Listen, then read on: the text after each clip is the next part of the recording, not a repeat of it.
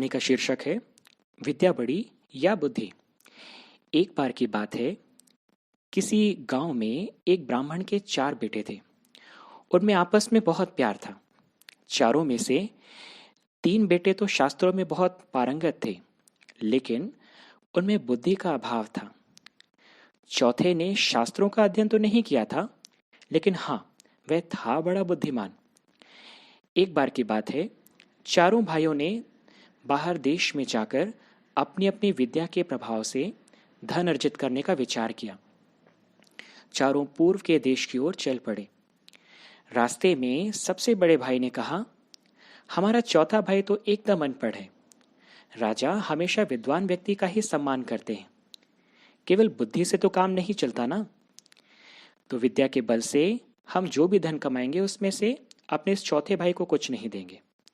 अच्छा तो यही है कि यह घर वापस चला जाए। साथ साथ दूसरे भाई का भी यही विचार था, लेकिन तीसरे भाई ने उनकी बातों का विरोध किया। उसने कहा, हम बचपन से एक साथ रहे हैं, इसलिए इसको अकेला छोड़ना उचित नहीं है। हम अपनी कमाई का थोड़ा थोड़ा हिस्सा इसे भी दे दिया करेंगे।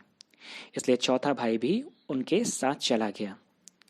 अब चारों ही भाई जब वहां जा रहे थे तो रास्ते में घना जंगल पड़ा। उस घने जंगल में कहीं किनारे पर एक हड्डियों का पंजर पड़ा था। उसे देखकर उन्होंने सोचा, क्यों ना हम अपनी विद्या की परीक्षा यहीं पर ले लें। उन्होंने अपनी अपनी विद्या की परीक्षा लेने का निश्चय किया। उसमें से पहले भाई ने हड्डियों को सही ढंग से एक स्थान पर इकट्ठा कर दिया।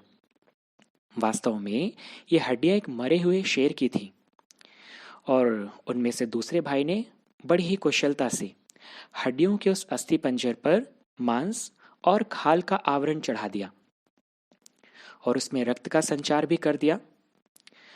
और उनमें से तीसरा भाई बस उसमें प्राण डालकर उसे जीवित करने ही वाला था कि चौथे भाई ने उसको रोकते हुए कहा, रुको, तुमने अपनी विद्या से यदि इसे जीवित कर दिया तो यह हम सभी को जान से मार देगा।